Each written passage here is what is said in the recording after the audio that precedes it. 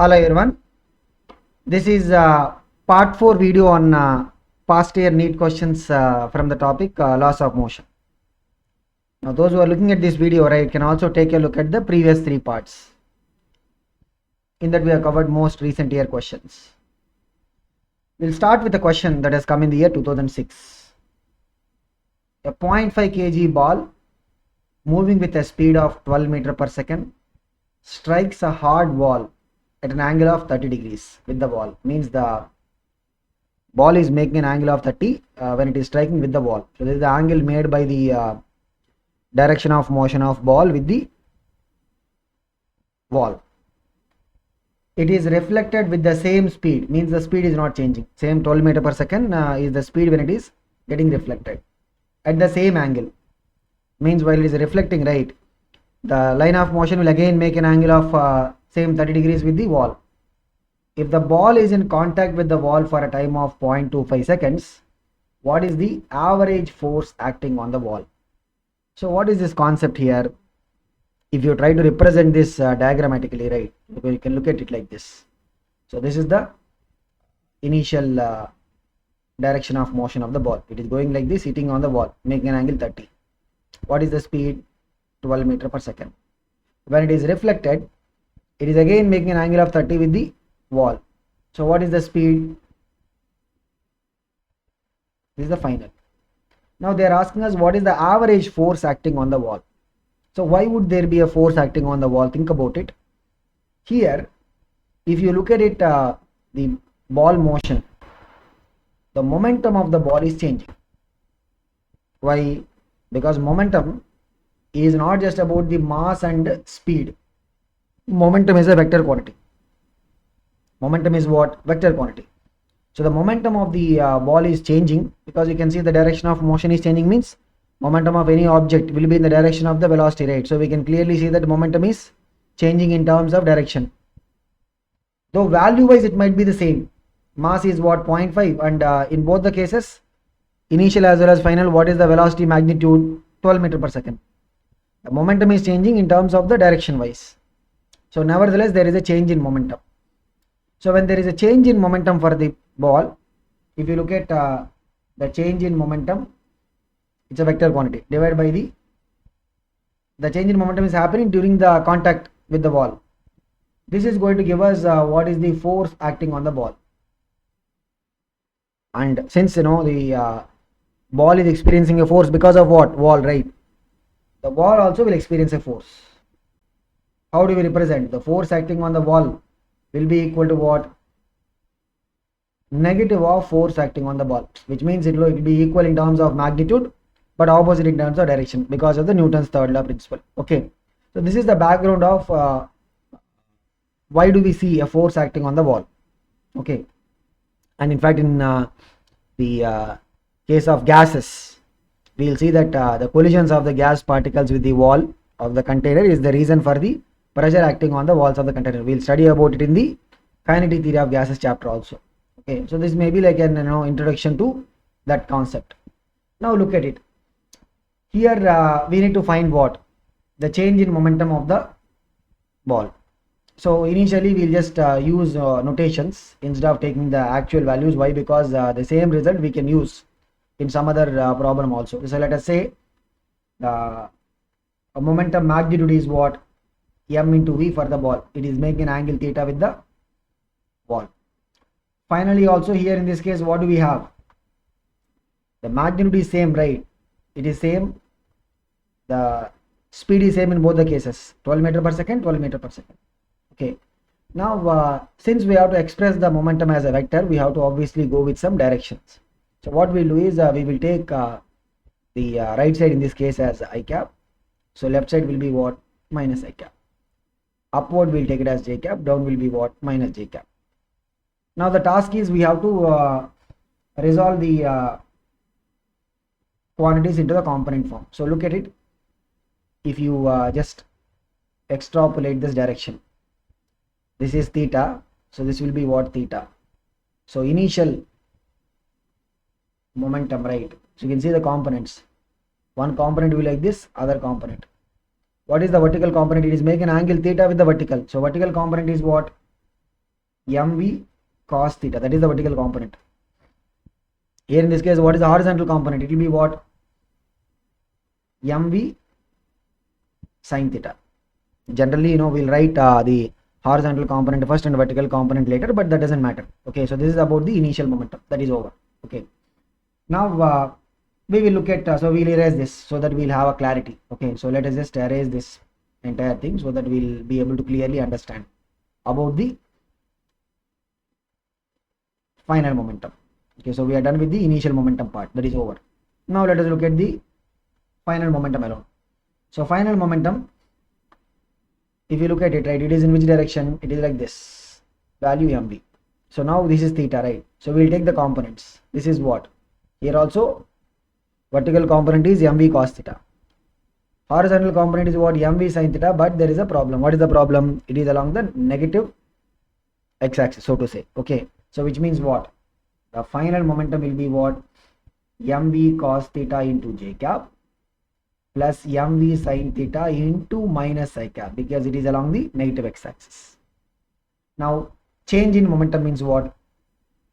Final minus initial, change in momentum. So we can see here, if you do final momentum, this is the final minus initial. So we can see that the mv cos theta j cap will be cancelled.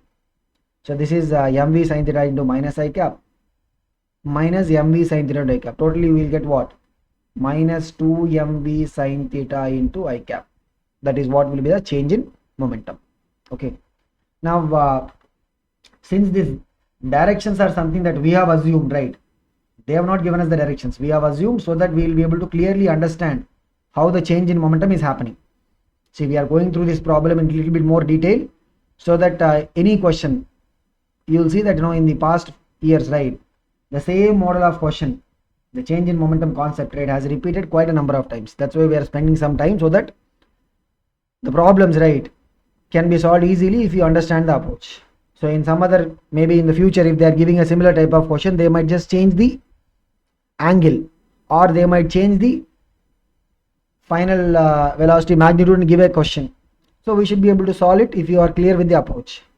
So change in momentum, just the magnitude part will be what? We'll take a modulus of this, right? Modulus means minus will not come, only the absolute value. What is it? 2 mv sin theta. That's it. This is the magnitude. Divided by the time taken. So what is the time taken here? This is in this case, what is the time taken? It is in contact with the wall for 0.25 seconds. 0.25. Everything is, we'll take in the SI unit. So let us just substitute. Go ahead and substitute the values. So 2 into, what is the mass of the ball? 0.5 into v is what? 12 into sine 30. Theta is 30, right? Sine 30 means what? Half. Divide by 0.25. So 0.25 ones, 0.25 twos. 2.5 will be cancelled. What do we have? 2 into 12 is what? It will be 24.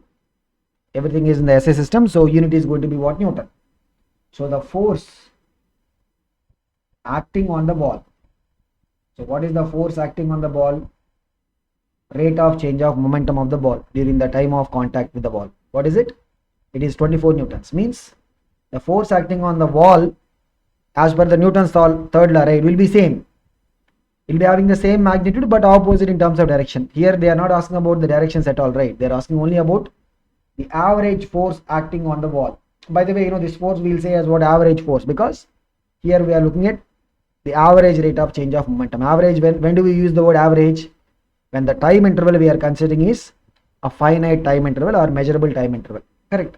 So what is the answer for this? It is option C, which is 24 newtons. Okay. So in future, as I said, right, if you are expecting questions from similar model, means they can probably change the angle over here, or they can give a different speed. Initially they may give us a different speed, finally they may give us a different speed, like that.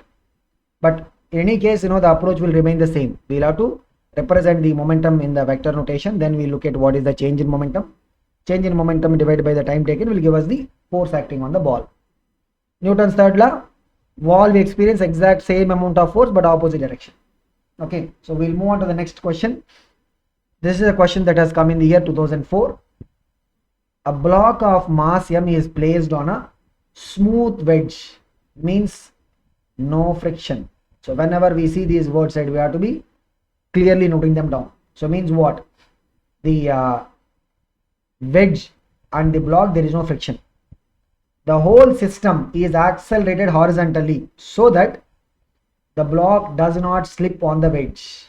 Means the entire system is accelerated. And what is important thing? The block does not slip on the wedge.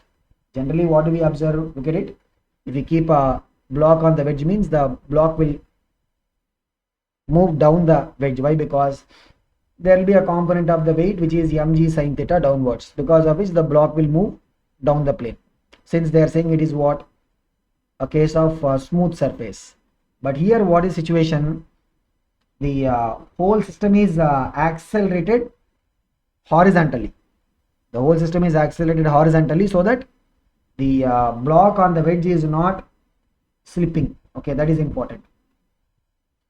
The force exerted by the wedge on the block will be. So we have to give the answer in terms of these information. So we can see here the angle of the inclined plane is what? Theta. Mass of the block is m. What they are saying, the whole system is accelerated horizontally. So let us say the entire system is horizontally accelerated with a value a. We don't know what is the value, and it is not slipping. The block is not slipping. Means what? The total motion, look at this, this is important. The total motion of the block is only along horizontal, because if there is even some small amount of motion along the vertical line, what is going to happen? The block is going to slip, right? But that is not happening. Means the total motion of the block which is sitting on that wedge is only in which direction? It is only in the horizontal direction.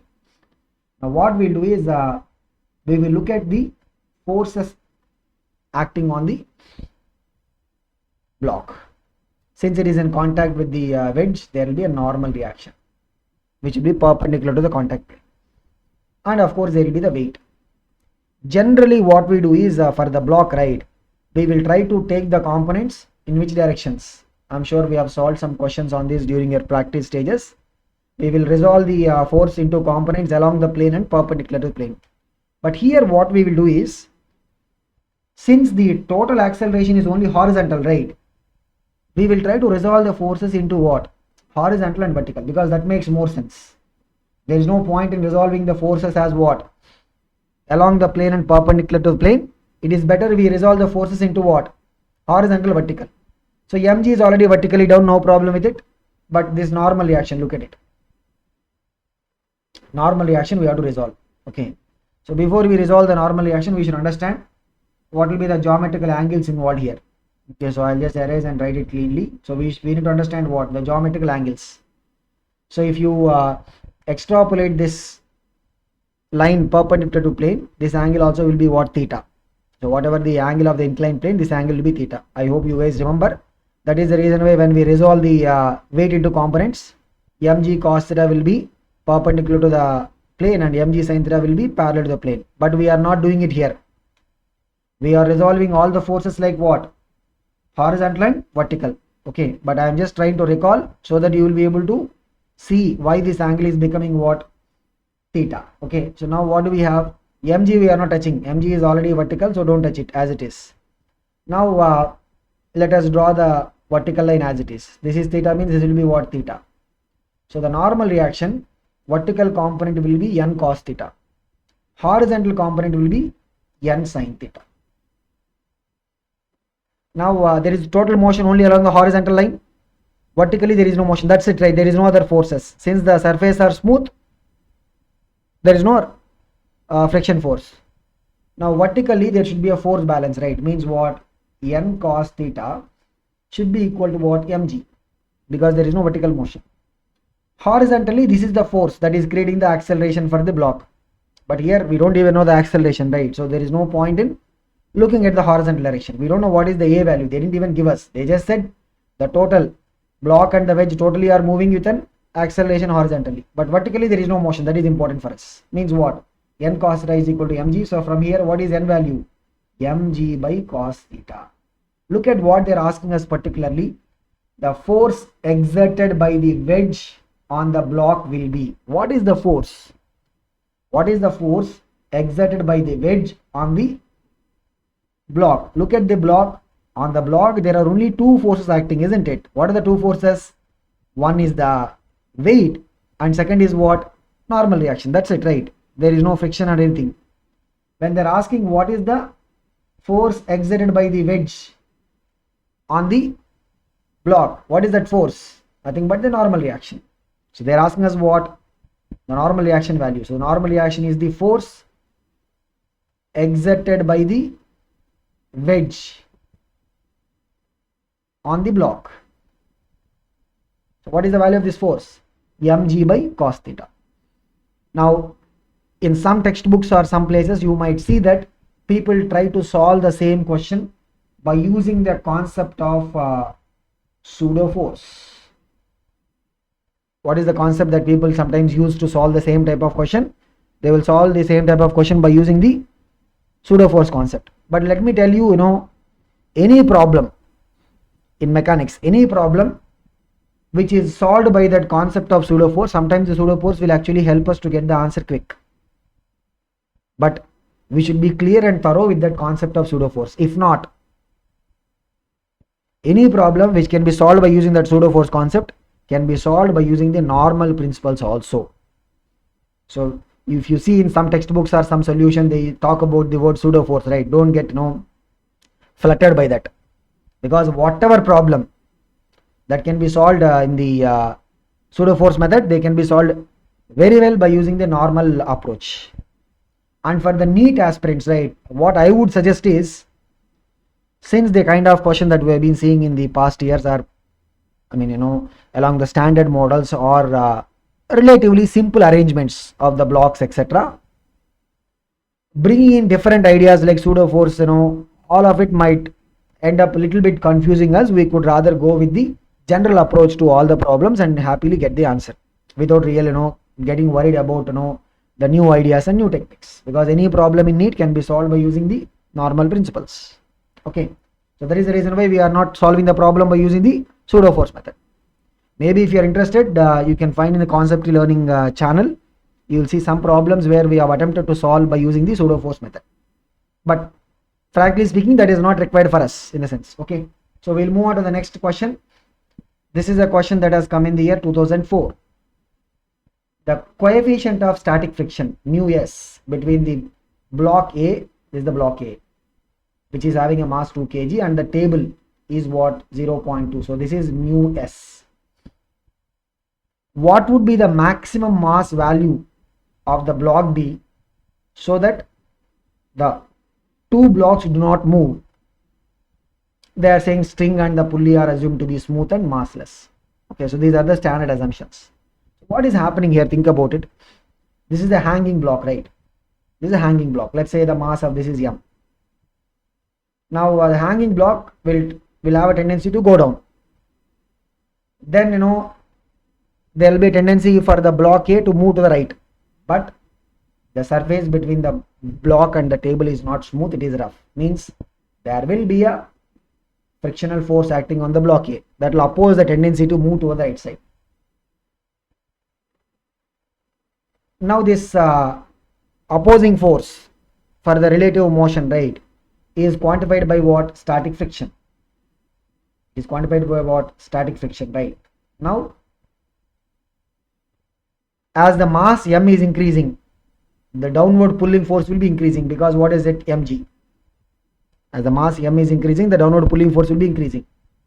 So there will be an increasing tendency for the block A to move toward the right side, and friction force also will increase, because remember, static friction is not a constant. Static friction will increase its value from where? 0 to mu s into normal reaction, correct? So here first let us look at what is this? This is what we call as the limiting value of static friction. What do you call it as? The limiting value of static. This is the maximum value. What is this? So for the block A, if you look at the vertical, right, it will have its weight. Mass is 2 and we will take G as what? 10. So 20 newtons. And there will be normal reaction. Vertically there is no motion, which means what? Normal reaction is equal to what? 20 Newton. Which means the limiting value of that static friction is what? Mu s into n, which is what? mu s is 0.2, so 0.2 into 20, that is what it is, 4 Newton. This is the limiting value of static friction. Means till this 4 Newton the friction can increase. And what is the force that the friction is trying to oppose? Look at this 2 kg block, right? There is a tension acting on it. The friction is trying to oppose the tension. Means the maximum value of tension that can be achieved while still the block A is held at rest is what is equal to the limiting value of static friction, because as the tension is increasing, the static friction value will increase up to what? Up to this 4 Newton, because static friction cannot increase more than that. Means when our tension is having the maximum value of how much? 4 Newtons. That is when, you know, the applied force tension is able to exactly balance the limiting value of static friction. Even if tension is little bit more, 4.000 something, what is going to happen? There is going to be a relative motion that will start between the block A and the table. Okay, so the maximum tension which is possible while holding the block A still at rest is what? When the tension is equal to the limiting value of static friction. So till now it is clear. Now we have to see what is the tension that will be able to balance this particular weight of the hanging block. So here we get the tension. So the maximum value of the tension possible to hold the block A at rest is what? 4 Newtons. With this 4 Newtons, how much mass of the block B we can hold? Because if you look at the free body diagram of the block B, right, there is a weight acting on it and there is a tension. Look at it. With 4 Newton, if you say is equal to what? M into G is what? 10, which means what? Bring the 4 this side. Well, being the 10 this side, we'll have what? 4 by 10, which is what? 0.4. Unit is going to be kg. So this is the mass of block B which can be held by that particular tension. So the tension 4 Newton, that is the maximum tension that can be there while the 2 kg block is still held at rest. And for that tension, what is the corresponding weight of the block B that can be held? It is 0.4 kg. So what is the answer for this? It is option D. They're asking what would be the maximum mass value of the block B so that the two blocks do not move. What is the maximum value of the mass of the block B? It is 0.4 kg. So what are we doing here? We are applying the condition that the tension force which is trying to pull the block A to the right side is equal to what? Limiting value of static friction. That will give us what is the maximum possible value of tension which we can have, and the block A is not moving. For the tension, we are finding what is the corresponding value of mass of block B that can be hanging at rest. Okay. Next, we'll go to a question that has come in the year 2003. A man weighs 80 kg. So means what? This is not actually the weight, this is the mass. Okay. He stands on a weighing scale in a lift which is moving upwards with a uniform acceleration 5 meters per second square. The lift setup in which he is standing on the weighing machine is going up with an acceleration of 5 meters per second square. What would be the reading on the scale? So if you look at the weighing machine, right, it will actually give the weight in terms of what? Newton. So this is the case of what? Apparent weight. So we have the person who is standing on the weighing machine and the entire setup is put inside a lift. The lift is going up with an acceleration of how much? 5 meters per second square. So here the thing that we need to keep in mind is weighing machine, right? The reading that the weighing machine gives. So weighing machine, a reading will be what?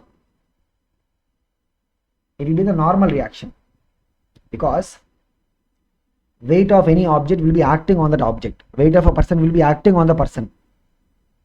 The weighing machine will not know.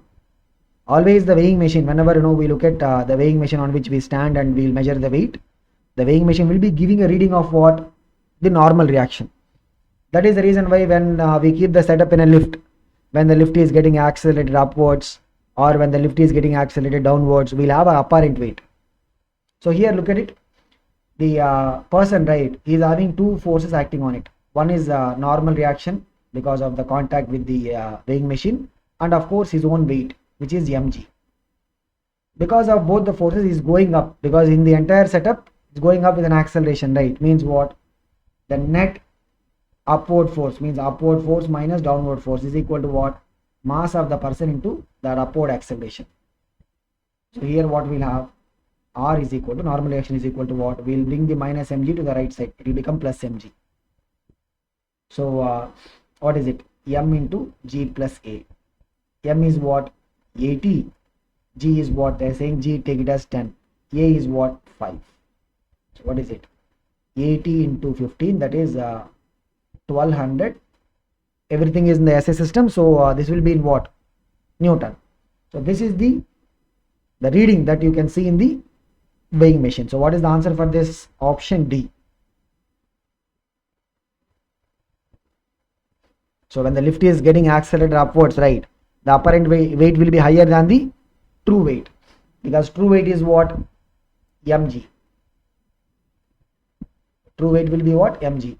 So when the lift is getting accelerated upwards, weight will be what? M into g plus a. Okay, accelerated upwards. When it is accelerated downwards, it will be what? M into g minus a. There is a trick to remember this, that is downwards, if it is going with an acceleration which is equal to acceleration due to gravity, substitute a is equal to g, we will get the apparent weight to be 0. That is what we will call as weightlessness. So when somebody is falling down with an acceleration equal to the acceleration due to gravity, right, what will be the apparent weight that they will feel? It is 0. So that is how we can remember. So weightlessness will come when you are falling down. So we should have a minus there in the formula. Okay. So apparent weight when the lift is going up is what? M into g plus a. When the lift is coming down, it is what? M into g minus a. Okay. So this is about the concept of apparent weight. Next we have a question that has come in the year 2003. A monkey of mass 20 kg is holding a vertical rope.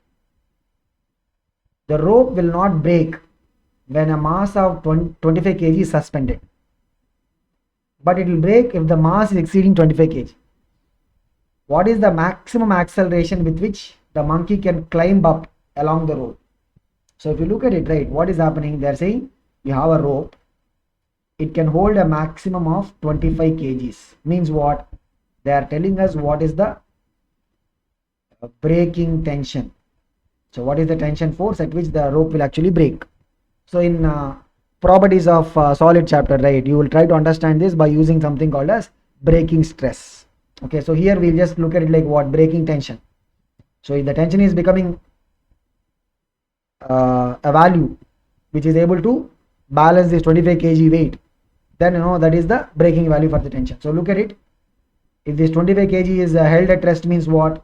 Since G is given as 10, the weight acting on the block is what? 250 newtons and tension is T. So the breaking tension will be equal to what? 250 newtons. Means this is the maximum tension that the rope can have. If the tension is increasing more than that, means what? The rope will break. Okay.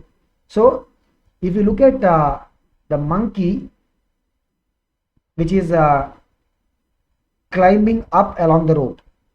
Now we'll have a doubt how the tension is related to monkey climbing up along the rope.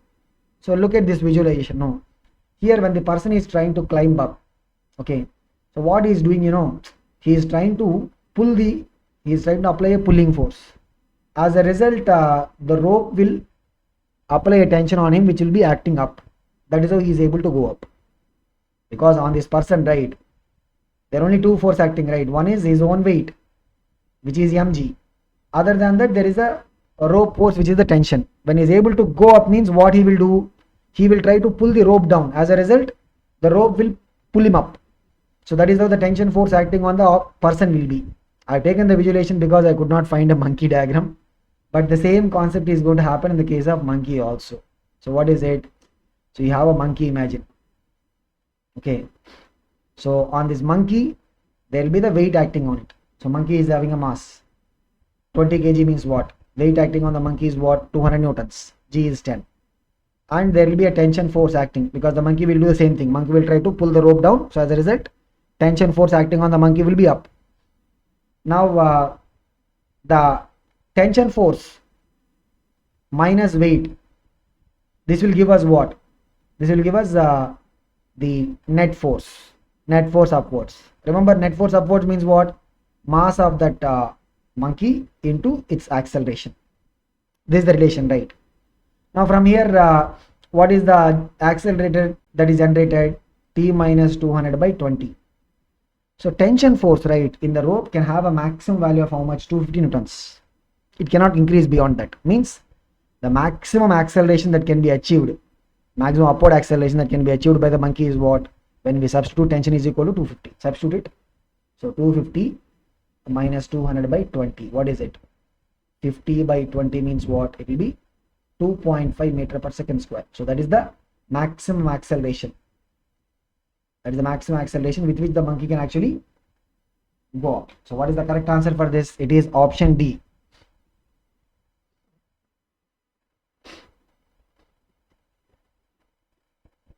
Next we have a question that has come in the year 2002. A lift of mass 1000 kg which is moving with an acceleration of 1 meter per second square upward direction. So the lift is moving upwards. Then the tension developed in the string which is connected to the lift is. So here we have a lift, the lift setup. It is connected to the rope. Okay. The lift is going up with how much acceleration? 1 meter per second square. Look at it now. On the lift there will be its weight which is acting downwards. Then there will be the tension. Because of both of them, the lift is going up. Now the net force. Just straightforward question. Net force upwards is equal to what? Tension is the upward force minus weight is equal to what? Net force upwards is equal to what? Mass of the object into its upward acceleration A. So from here they are asking us the tension, right? T is equal to what? We will take the minus mg to the right side. So it will be what? Mg plus ma. So T is equal to what? M into G plus A. That's it. So here M is what? 1000. Everything is in the SI system. G is not given, so we can take it as what? 9.8. And A is given as what? 1. So 9.8 plus 1 is what? 10.8. 10.8. So what is it? 10,800 newtons. So what is the answer for this? It is option B. Now here I want to mention one thing. Sometimes we will take the G as what? 10 meter per second square. But we should always keep in mind that we will take G is 10 meter per second square when it is given. So when they clearly given the question statement that consider G is equal to 10 meter per second square.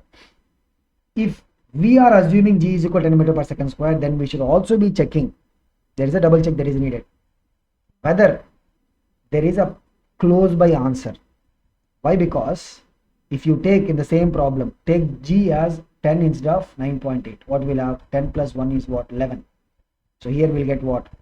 1000 into 11. What is it? 11,000 newtons. We'll see that this answer is also there. But we should not mark it. Why? Because clearly there is an answer which is matching with G is equal to 9.8. So if in any problem we are taking G is 10, they have not given in the question statement and we have taken G as 10, then we have to be careful to check whether there is a close by answer, because that is a hint that maybe the correct answer could come when we take G is 9.8. Okay, so that's an area that we have to be careful. Okay, so those who would have taken G as 10 and got 11,000 newtons, they could be losing mark. But of course, nowadays people will also go and challenge, saying that if we take G as 10 then we'll get 11,000 like that. Okay, but maximum possible what they would do is they would not keep both the answers. Like at some point of time they might have done it, but nowadays they are not trying to give both the answers. They would give only one of these answers. Like either you will get the answer by taking G as 10 or you will get the answer by taking G as 9.8. Okay, so that leverage they are giving us nowadays, but we should be careful while choosing with the G value of 10. We should be little bit careful to check whether there is a nearby answer also which is matching with G is equal to 9.8. like particularly it is happening in this problem. Next we will go to a question that has come in the year 2002. A block of mass 10 kg is placed on a rough horizontal surface having coefficient of friction 0.5. If a horizontal force of 100 Newton is acting on it, then the acceleration of the block will be. See, so we have the setup like this. So there is a block. What is the mass of the block? 10 kg. What is the horizontal force acting on it? 100 newtons. Now when you look at the surface is what, rough. So if the horizontal force is acting on it towards the right side, then obviously the opposing friction force will be to the left side. They are asking us what is the acceleration of the block. So it is already understood. See, whenever they give us the mu, sometimes we will have a confusion whether they are giving us mu s or they are giving us mu k. Now since they have mentioned that the block is getting accelerated, it means what? There is already a relative motion. So there is already relative motion. So when there is already relative motion, the coefficient of friction that would be given is what? Coefficient of kinetic friction. They would not be giving us static friction. Static friction will be given when there is no relative motion between the two surfaces. Okay, so that is how we will be able to look at it. Now normal reaction, weight. So vertically there is no motion, so normal reaction is equal to what? Weight of that. So normal reaction we will use n subscript r. Normal reaction is what? Weight. What is the weight? So here mass is 10 kg and g is not given. So let us take g as what? 10 meter per second square. As I said before, right, we will also try to look at it. When we get the final answer, right, we will see whether there is a close by answer or not. But luckily when you look at the answers, take a cursory look at them, you will see that none of the answers are close by. They're perfect. Like, you know, one answer is 10, other is 5, other is 15, other is 0.5. They are not close by. Like the way we had in the previous question, right? 10,800 and 11,000. Like that, we don't have an answers here. Okay. So we'll go with G is 10. Then normal reaction is able to exactly balance the weight, means what? Mass is 10, G is 10. So normal reaction is what? 100 newtons. Now the kinetic friction force is what? It is a constant value. What is it? Mu k into normal reaction, right? What is it? Mu k is 0.5. So 0.5 into 100. That is what? 50 newtons. So horizontally, if you look at the free body diagram, right, for this object, there is an applied force of 100 Newton and there is a kinetic friction of 50 newtons. So what is the resultant force towards the right side? 100 minus 50, that is the resultant force. Divided by what is the mass? 10. So that will give us what is the acceleration towards the right side in this case. This is what? 50 by 10 means what is it? 5. Everything is in the SI system, right? So it will be what? 5 meter per second square. It's a straightforward question.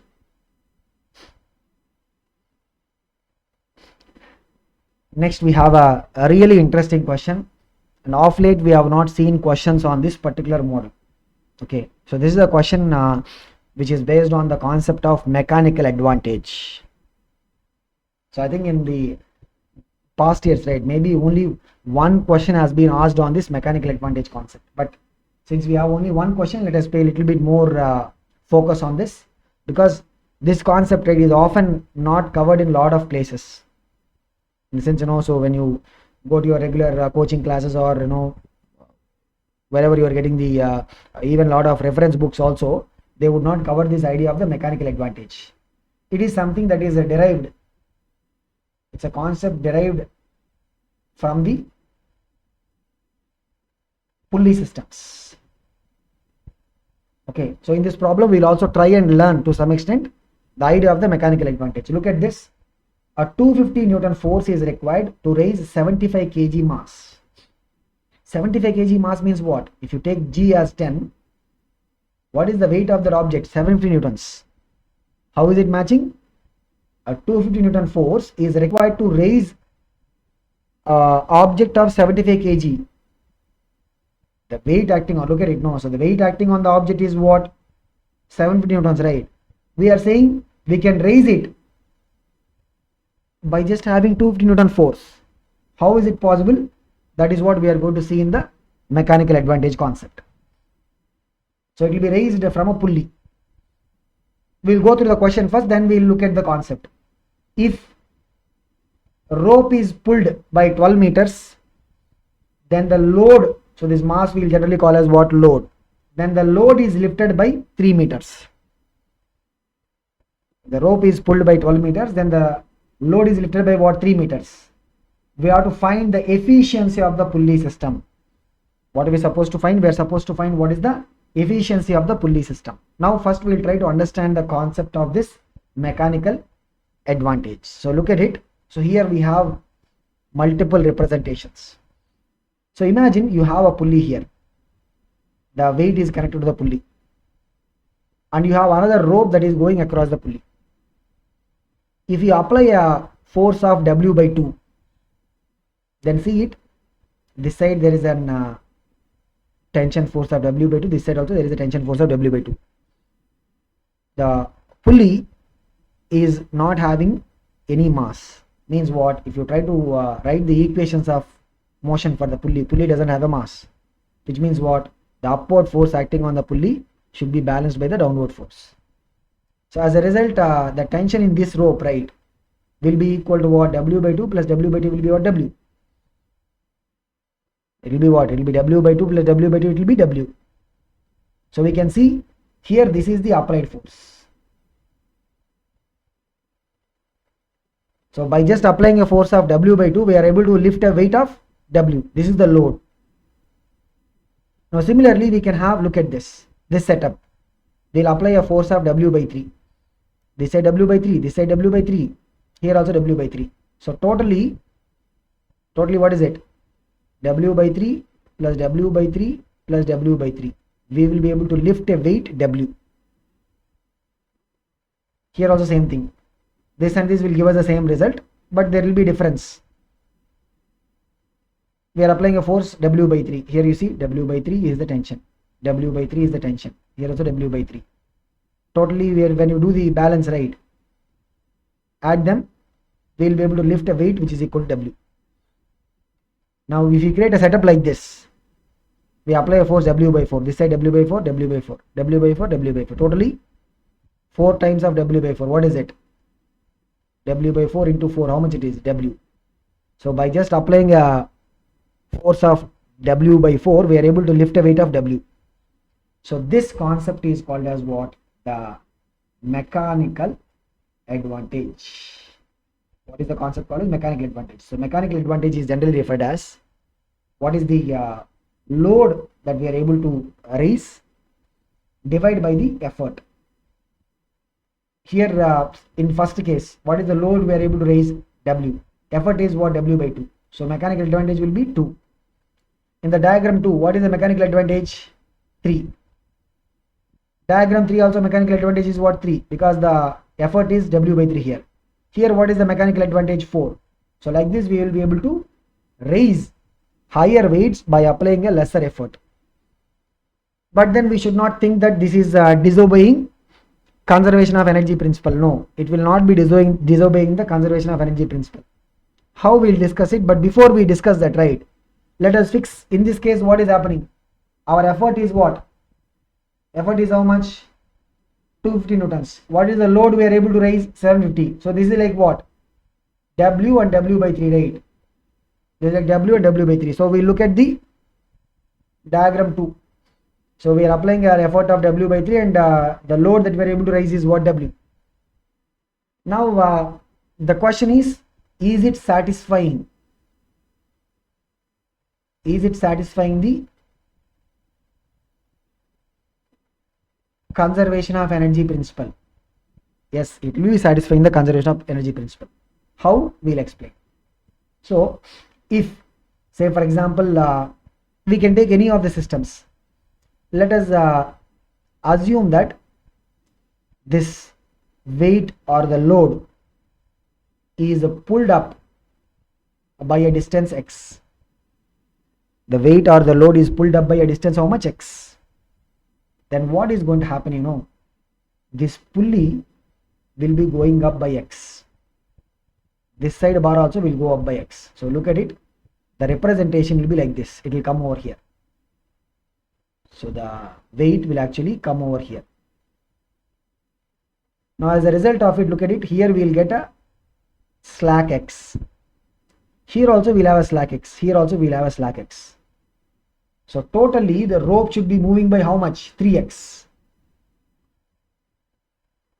Now when we look at the work done by the effort, it's what? We are applying a force of W by 3 into what is the displacement? 3x.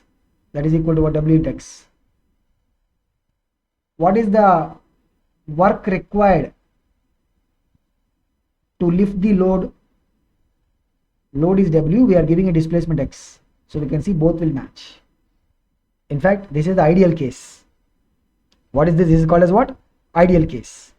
So here if you look at it, right, the distance moved by the rope will be higher than the distance moved or the distance through which the load will rise. So we will call it as, the velocity ratio. What is velocity ratio? It is nothing but the distance moved by the rope divided by the distance moved by the load.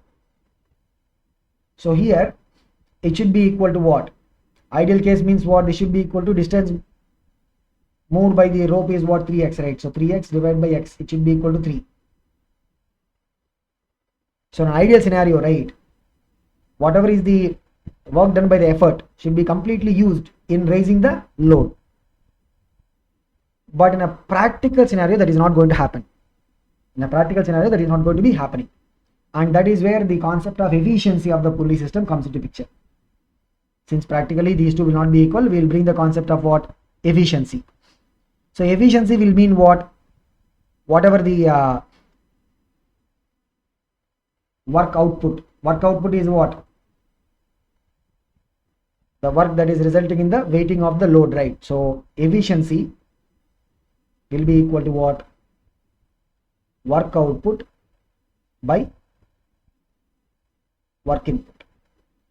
What is efficiency? Efficiency is what? Work output by work input. Okay. So how do we measure this efficiency? The efficiency is related to what? It will be related to that two terms that we discussed. What is it? The mechanical advantage and the velocity ratio. So we'll see how the efficiency will be related to the mechanical advantage and the velocity ratio. So here we look at these terms, whatever the given information. So what is given to us from that information? This is the effort, right? So effort is what? 250 newtons. What is the load? 75 kg mean 750 newtons. So mechanical advantage is what? 750 by 250, which is what? 3. And the velocity ratio. What is the velocity ratio? Distance traveled by the effort. In this case, what is it? If the rope is pulled up by 12 meters, this is the distance traveled by the effort, divided by distance traveled by the load. In this case, what is it? 3 meters, right? So 12 by 3 is what? 4. What is 12 by 3? It is what? 4. Now look at it. Just take a look at both these formula, mechanical advantage, velocity ratio. Just look at now the mechanical advantage divided by velocity ratio. What is it?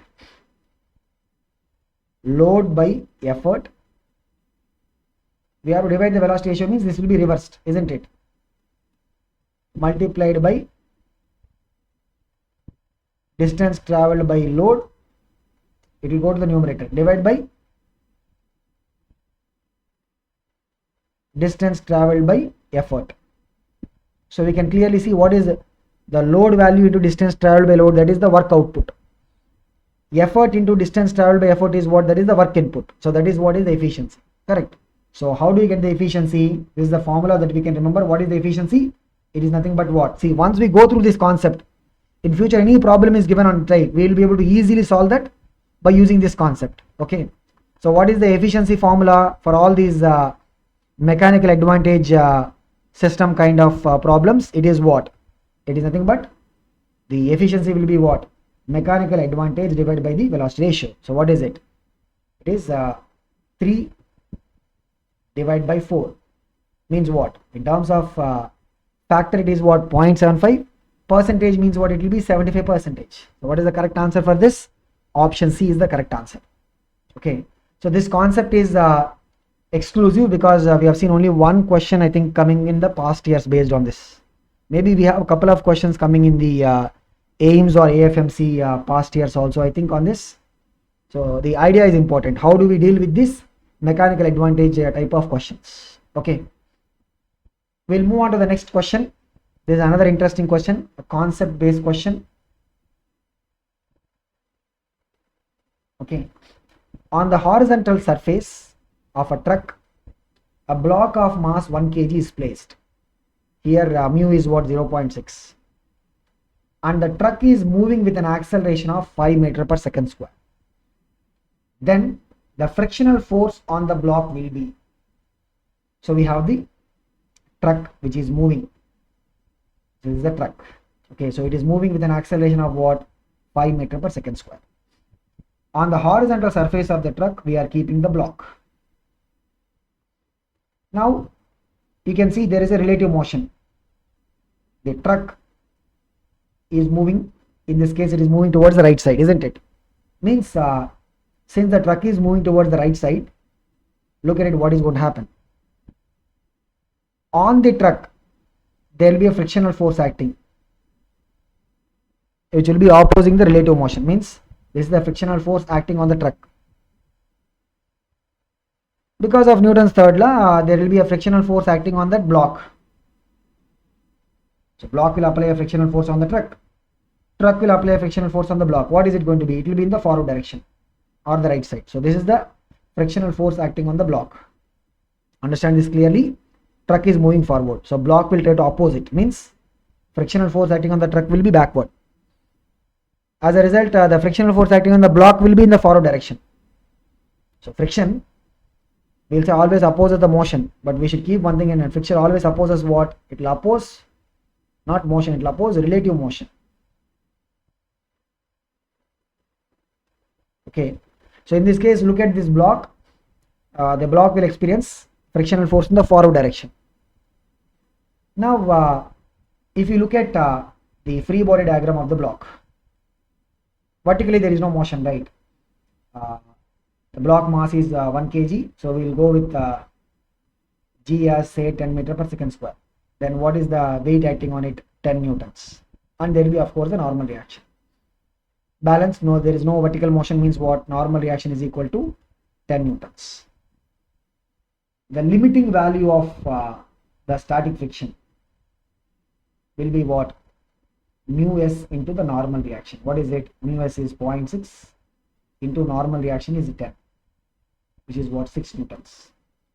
So this is the limiting value of the static friction that can act. Now what is the purpose of the static friction? Static friction is always opposing the relative motion.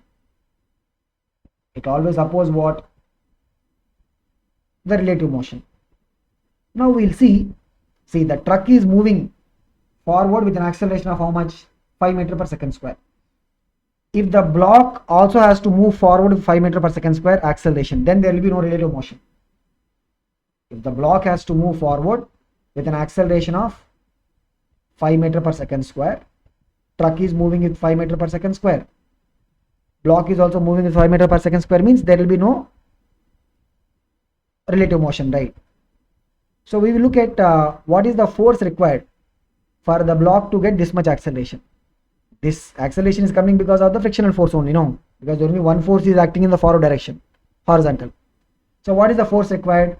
The force required is what?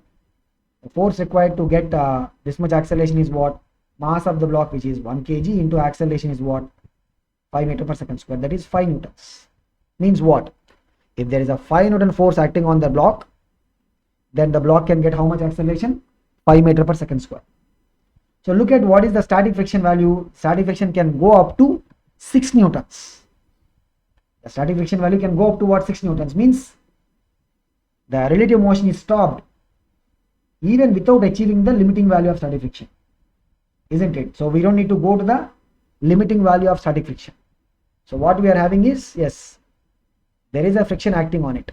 What is the frictional force? 5 newtons, because of which this is the static friction, which opposes the relative motion between the block and the truck. Because of this 5 Newton force, the block is also having a forward acceleration of how much? 5 meter per second square, thereby there is no relative motion. And we should keep one thing in mind, that the frictional force, static friction, right, can change its value from where to where? 0 to the limiting value. Limiting value is what? mu s into normal reaction. Here, what is the limiting value of the static friction? 6 newtons. So what is the correct answer for this? That's why I said no, this is an important concept based question. So here the frictional force on the block will be lesser than the limiting value of the static friction. What is the value? It is what? 5 newtons. Next we have a straightforward question. This is the question that has come in the year 2001. A cricketer catches a ball of mass 150 grams in 0.1 second, which is moving with a speed of 20 meter per second. Then he experiences a force of, again the same thing, why he would experience a force. I'm sure a lot of us watch this in TV, right? Like cricketers, they take catches. What is happening when he is catching? Like Dhoni in this case is catching the ball. The ball, which is moving with a speed of in this case 20 meter per second, is basically stopped. When the catch is over means the ball is stopped, which means there is a change in momentum. There is a change in momentum for the ball, isn't it? So what is the change in momentum? Initial momentum is mass. So look at it, initial momentum. What is it? Mass is 150 grams, means it is 0.15 kg into what is the speed? 20 meter per second. That is what? That is 3 kg meter per second. That is initial momentum. What is the final momentum? It is stopped, means 0. Change in momentum, delta p, we can take a modulus. That is what? Final momentum is 0 minus initial momentum is what? 3 kg meter per second. So what is the magnitude of change in momentum? 3 kg meter per second. And this catch is completed in how much time? 0.1 seconds. Means for the ball, change in momentum by the time taken. What is it? It will be 3 kg meter per second divided by time taken is what? 0.1 seconds. That is what? 30 newtons. So what is the change in momentum by the time taken? Rate of change of momentum is what? The force acting on the ball. During the catching time, the force acting on the ball is what? Is the average force. What is it? 30 newtons. As per the Newton's third law, if Dhoni is applying a force of 30 newtons on the ball will in return apply how much force on him? 30 newtons. So what is the answer for this? It is option B. So here maybe we can remember it like a standard formula also. If the cricket ball is having a mass moving with a velocity v, then we know finally it comes to what? Rest. If the catching time is t, then the force, just the value of the force, will be equal to what? mv by t, because m into v will give the magnitude of change in momentum. Okay, because initial momentum will be mv, final momentum is 0. Change means what? 0 minus mv. Magnitude becomes what? mv only, right? So the change in momentum magnitude divided by the time taken, that gives the force. So this will be the force acting on the ball, and that will also be the force value acting on the cricketer. Okay, so answer for this is what? Option B, which is the 30 newtons. So with this we completed the part 4 video, and we'll see in the next part.